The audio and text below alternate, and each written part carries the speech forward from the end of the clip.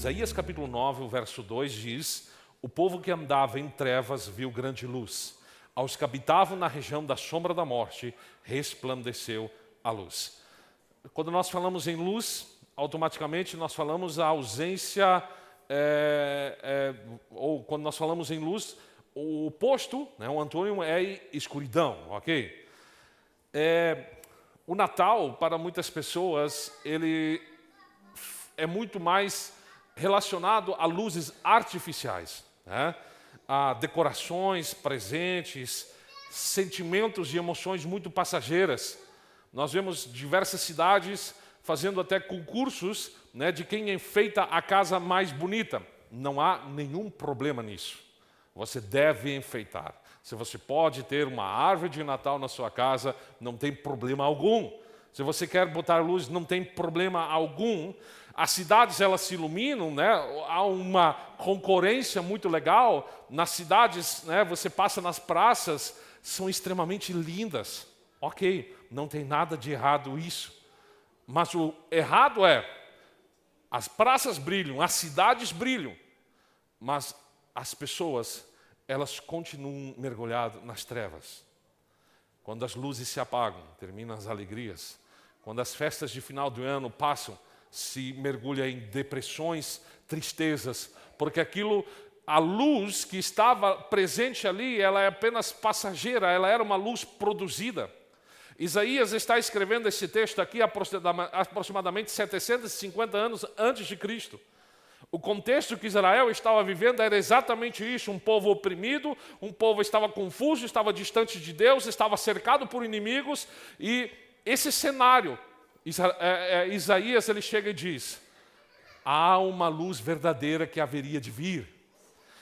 João Calvino ele diz assim: não se pode compreender a graça de Deus no nascimento de Cristo sem primeiro reconhecer a profundidade da nossa escuridão, da nossa miséria. Eu posso passar aqui a noite inteira falando para vocês, meus queridos, de que há uma luz que brilha, que nós precisamos ser alcançados por essa luz, que é uma pessoa, que é Jesus. Mas não terá sentido nenhum se antes eu não falar para você da nossa miséria e da nossa escuridão. Aí você pode me dizer assim: peraí, você está falando algo totalmente controverso. No final do sermão nós vamos ver o que é essa escuridão. O que é, em primeiro lugar, o que é a escuridão? Aqui não está falando a ausência do sol, a ausência de uma lâmpada LED, não. Aqui está falando de uma escuridão espiritual. Escuridão como separação de Deus.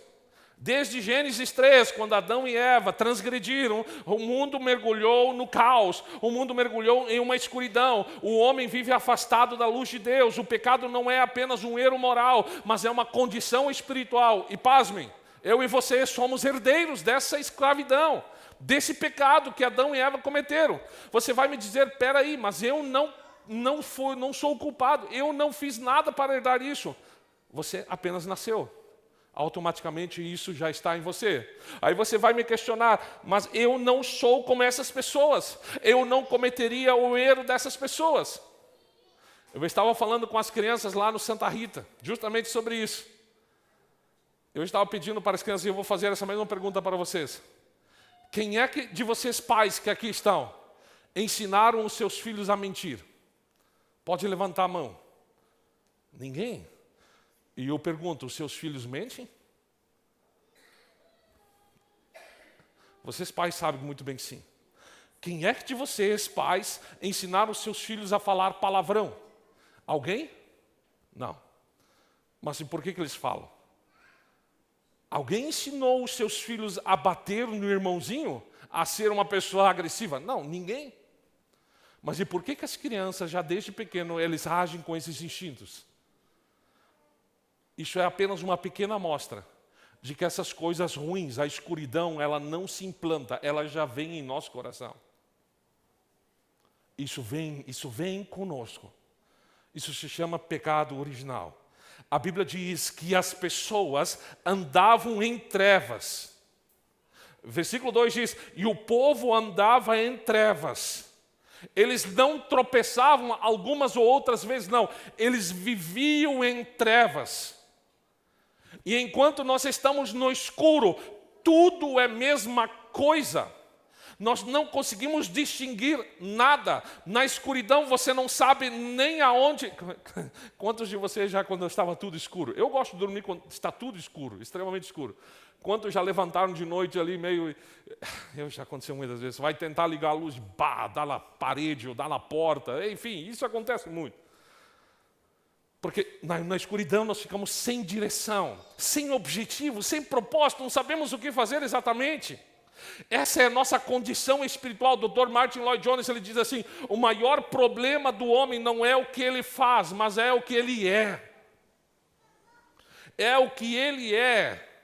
E é exatamente isso que nós somos. Nós andamos em trevas. Essa escuridão espiritual, ela pode incluir, primeiro, ignorância espiritual, coração endurecido, a incapacidade de nós amarmos a Deus e amarmos as pessoas, perda do sentido de vida. A escuridão, ela é uma escravidão pelo pecado. Sproul, ele vai dizer assim: nós não somos, preste muita atenção nessa frase, não somos pecadores porque pecamos. Não somos pecadores porque pecamos. Nós pecamos porque somos pecadores. Você entendeu? Você eventualmente não comete pecado, mas você peca porque você é um pecador. Não se ofenda com isso. Natal só faz sentido quando nós reconhecemos que não estamos apenas doentes, mas nós estamos mortos espiritualmente sem Cristo. Sem Cristo, nós estamos mortos. A escuridão, a Bíblia diz aqui, aquelas pessoas andavam em trevas, na região de sombra de morte. A consequência da escuridão é morte não apenas física, mas eterna. Tá. O que você faz quando você está num lugar escuro? Você tenta achar uma luz, certo? Não está nada errado isso, né? Você tenta achar uma luz. E o homem, ele não fica parado também nessa condição. Ele tenta produzir a sua própria luz. Agora, qual é a primeira falsa luz que o homem inventa? É a falsa luz da religião. O homem, ele cria rituais, o homem, ele faz promessas, o homem, ele tenta merecer a salvação, mas a religião sem Cristo é apenas trevas organizadas. Calvino diz que o coração do homem é uma fábrica de ídolos. Se você deixar... Por isso existem aproximadamente 146 mil diversas igrejas no Brasil, de distintas igrejas, não estou falando de mesmas igrejas. Estamos falando... Se você olhar, aqui nós temos uma igreja. Se você vai no outro lado, tem mais uma igreja. Se você vai nessa rua, tem mais umas 4 igrejas. É errado? Não é errado. Mas se essas igrejas, elas apenas praticam uma religiosidade, elas ainda não encontraram uma luz. Porque a luz não é uma religião, a luz é uma pessoa. Algumas pessoas, elas tentam criar luz para a sua escuridão com uma falsa moralidade. Né? Eles dizem assim: eu sou uma boa pessoa. Eles dizem assim: olha, eu faço boas obras. Mas as boas obras, elas não removem a culpa.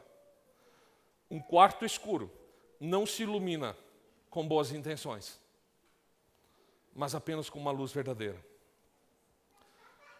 Spurgeon, ele diz que a moralidade, ela pode embelezar um túmulo, mas não pode dar vida ao morto.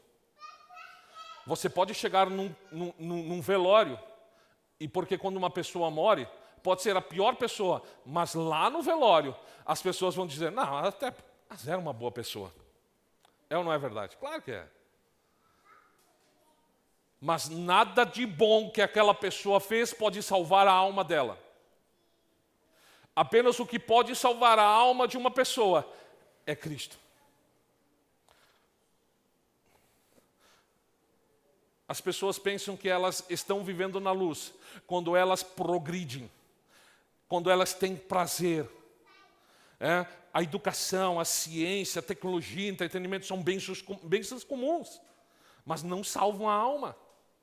Piper, ele vai dizer assim: o maior inimigo do amor a Deus não é o sofrimento, mas os prazeres sem Deus. As pessoas, elas pensam que elas se divertem, que elas levam uma vida aparentemente feliz, que elas são salvas. Não! A luz que o homem cria, ela é apenas temporária. Ela depende de circunstâncias. E ela se apaga na hora da dor, da culpa, na hora da morte. Essa luz termina. Mas estamos caminhando já para o final. Fiquem tranquilos. Como é que essa escuridão termina de fato? Como é que essa escuridão termina de fato? Leia comigo. O povo que andava em trevas fez uma grande luz. É isso? Não. O povo que andava em trevas viu uma grande luz. Quer dizer que não foi o povo que acendeu uma luz. Meu irmão, deixa eu te falar. Se Deus não te encontrasse, você jamais procuraria por Ele. A Bíblia diz que o povo viu uma grande luz. A luz de fato, a salvação de fato, ela vem de fora. A salvação não nasce do homem, ela desce do céu. Natal é uma invasão da graça no território das trevas. A Bíblia diz que resplandeceu-lhes a luz. Isso aponta para Cristo. E se nós estamos aqui nesta noite é por Cristo. João 1,9 diz: a verdadeira luz que ilumina todo homem estava vindo ao mundo. A luz é uma pessoa. Não é uma ideia, não é uma filosofia, não é um sistema religioso. É Jesus Cristo, o Deus encarnado, o Emanuel, o Deus conosco. Isaías, nós lemos isso, no verso 6 diz: porque um menino nos nasceu, um menino na manjedoura é o Rei eterno. Natal não é sobre um potencial humano, mas é sobre Deus vindo a nós. A manjedoura, onde Jesus nasceu, já lançava sua sombra sobre a cruz. A boa notícia é que essa luz, ela vence a escuridão na cruz. A escuridão, ela não termina no nascimento de Jesus. Isso foi apenas uma parte da promessa, mas ela acontece na morte e na ressurreição de Cristo. Ali o pecado, a Bíblia diz que as trevas que cobriam a terra, ali o pecado foi derrotado. Colossenses 1,13 diz o seguinte: Ele nos libertou do império das trevas e nos transportou para o reino do Filho do seu amor. Então a ressurreição, ela diz: a luz venceu. Essa era a luz, essa era a promessa, essa é a mensagem do Natal. A luz transforma quem? A luz transforma quem recebe, aqueles que creem. Aqueles que creem saem das trevas para a luz. Aqueles que creem passam da morte para a vida. Aqueles que creem agora vivem como filhos de Deus. Meu irmão, olha bem para mim. Cristão não é alguém que tenta viver uma vida melhor. Cristão é aquele que recebeu uma nova natureza. Concluindo, o Natal, ele nos traz uma verdade inquestionável e inevitável. Ou estamos nas trevas, ou fomos alcançados pela luz. Não há neutralidade na mensagem do Natal. Milhares de pessoas que dizem: Jesus nasceu, Feliz Natal, ainda não viram o nascimento de Cristo de fato. A pergunta final não é: você gosta do Natal? Não é essa. Mas a pergunta final é: a luz de Cristo já brilhou no seu coração? João 8 diz: eu sou a luz do mundo. Quem me segue não andará nas trevas, pelo contrário, terá a luz da vida. Talvez você esteja tentando iluminar a tua vida com a religião. Você está sendo um ótimo cristão, indo à igreja, fazendo boas obras. Mas se você não faz isso com Cristo no coração, não adianta. Quem sabe você esteja tentando apagar a dor com prazer. Milhares de jovens, milhares de pessoas estão tentando fazer isso.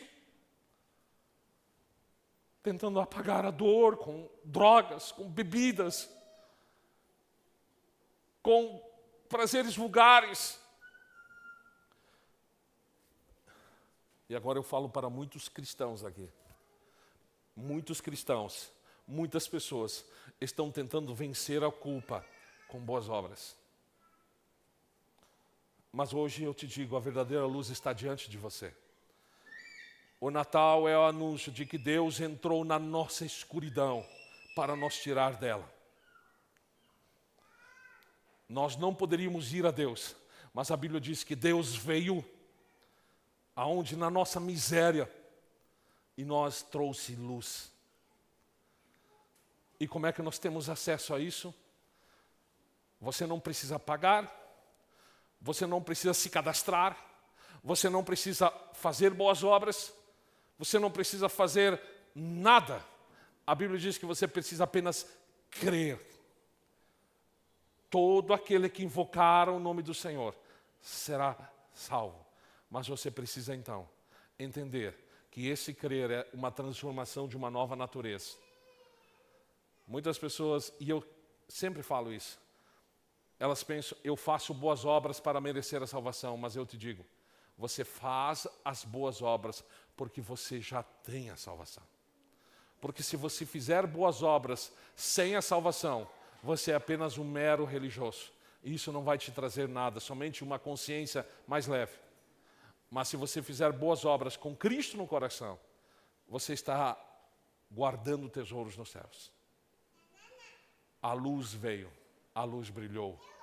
E hoje ela pode brilhar também no teu coração. E essa é a nossa oração. Esse é o nosso desejo para a tua vida. Que essa luz brilhe. Chega de tentar camuflar a dor que você sente com outras coisas.